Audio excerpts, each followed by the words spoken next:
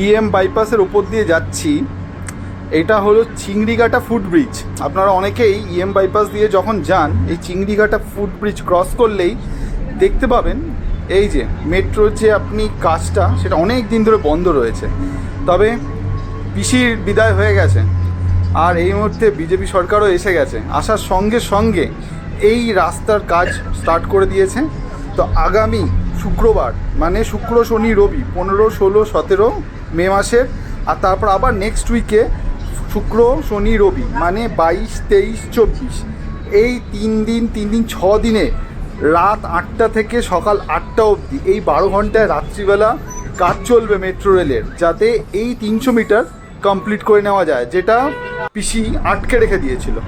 এই দেখুন বাইপাস, আপনি চিংড়িঘাটা ক্রস করার পরেই দেখবেন এই লাইনটি, যেটা গড়িয়া অবধি গেছে মেট্রো লাইন, পুরো রেডি, কিন্তু পিসি করতে দেয়নি।